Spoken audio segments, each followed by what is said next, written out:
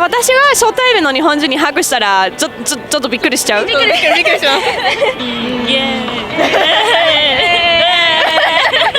緑の目の色ですよね。すごく羨ましいなと思ってその目が。Hey guys and girls, on Ask Japanese, it's Kat the Cat. What are Japanese girls envious of? Where is that jealousy that Japanese girls feel when they look at foreigners? Today, we're going to check out one of our most popular videos and going to talk you through a couple of those steps that girls keep telling us actually quite a lot over the last couple of years. So, let's go. Okay, let's start. じゃあ私が初対面の日本人にハグしたらちょっとびっくりしちゃう？びっくりします。That's the old logo that's going around. 緑の目の色ですよね。すごく羨ましいなと思ってその目が。Hey, it's Kat the Cat, and today we have come to Shibuya to ask the girls what they envy about foreigners. So let's go and ask Japanese. If I'd known that this video would get too many views, 海外の人を見てちょっと羨ましいなと思ってるところは何ですか？ノリがいいとこ。初対面とかでもすごいなんか仲良さそうな感じがする。初対面でも普通になんかフラットになんかハグとかしたりするじゃないですか。それはやっぱ日本人からしたらちょっとびっくりするところもありますね。じゃあ私が初対面の日本人にハグしたらちょっとびっくりしちゃう？びっくりします。やられたらおーちょっと戸惑いながらみたいな。大きいところ。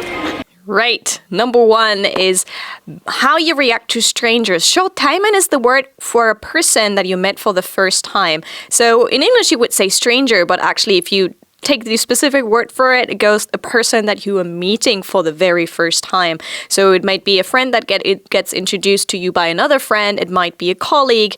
Any person that you're meeting for the very first time, and they said, being friendly and really open to someone you meet for the very first time is not be taken for granted in Japan. Japanese people tend to be shy, quite shy, especially with strangers, and there's actually a word for it in Japanese, hitomishuri, which means pretty much like being shy to people, like not just shy in general, but shy to like new people that you're meeting.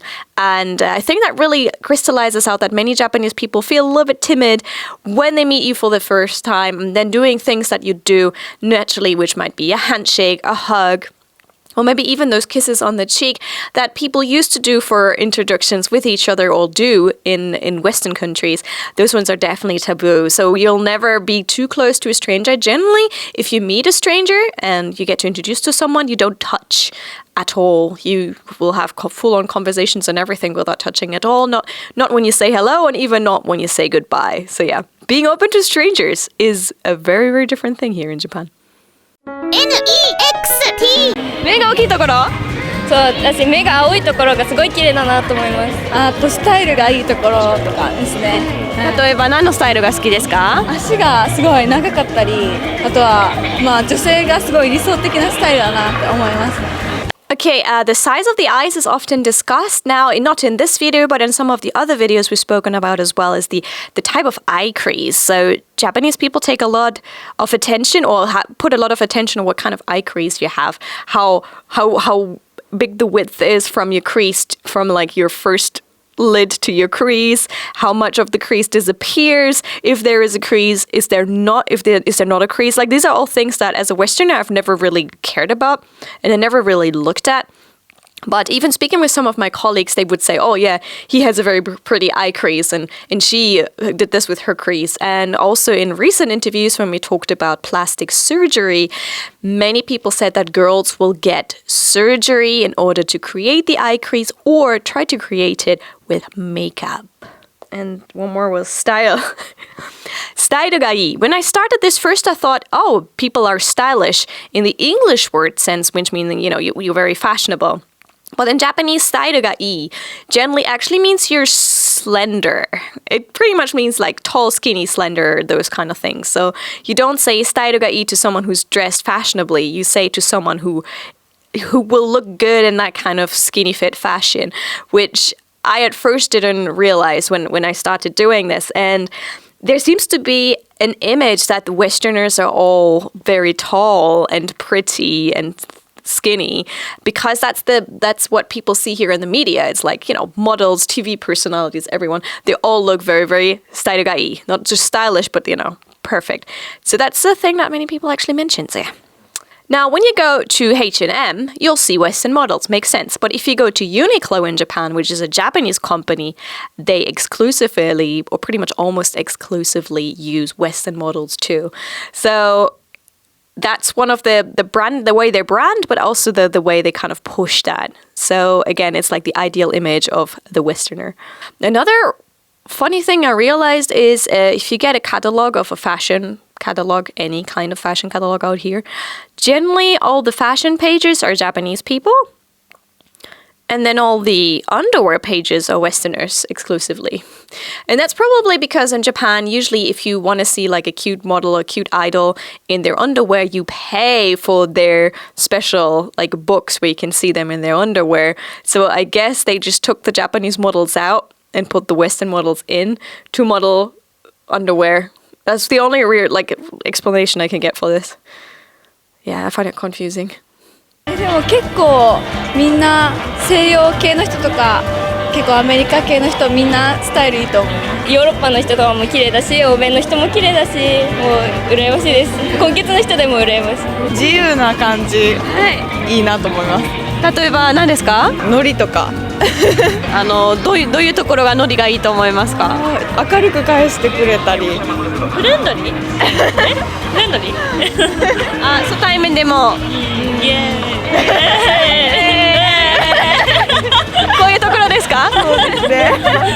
Okay, freedom and fun are two things mentioned. I think mostly it's the fun thing that Westerners, we were like, hey, what's up? How are you? They kind of like very cheery personality. Again, I think that also links with your people you meet for the very first time, being very friendly, very welcoming, going, hey, what's up? Kind of thing. So those kind of things, I think they also get partially facilitated by the ALTs, which are assistant language teachers that go out to schools in Japan. And yes, they're there to teach English, but another big part of being an ALT is also to create a positive emotion towards the language of English or towards foreigners in a way as well. So they're usually super cheery. They do like lots of cheerful things. And I think that creates the first image that many Japanese young people get from actually meeting foreigners, or meaning that all foreigners are super cheery and genki because they had people like that in their class teach. Might have even been the very first foreigners that they ever met. So yeah, that's where the freedom and fun part comes in.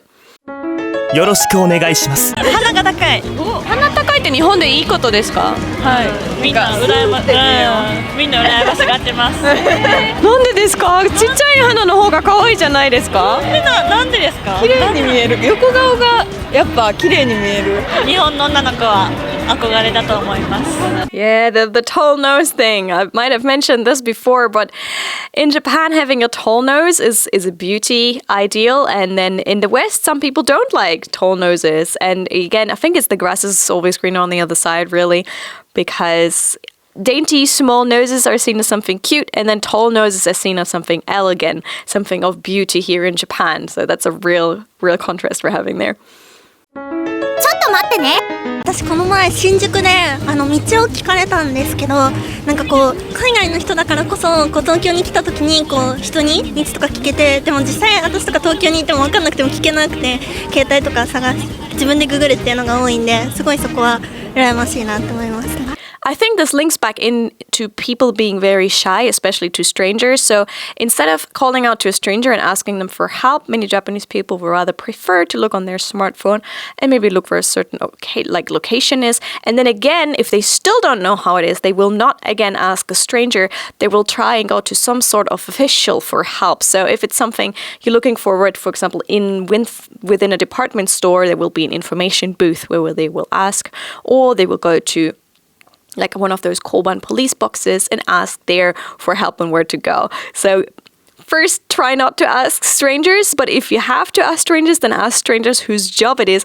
And then if you really still can't find it, then you might have to ask a stranger.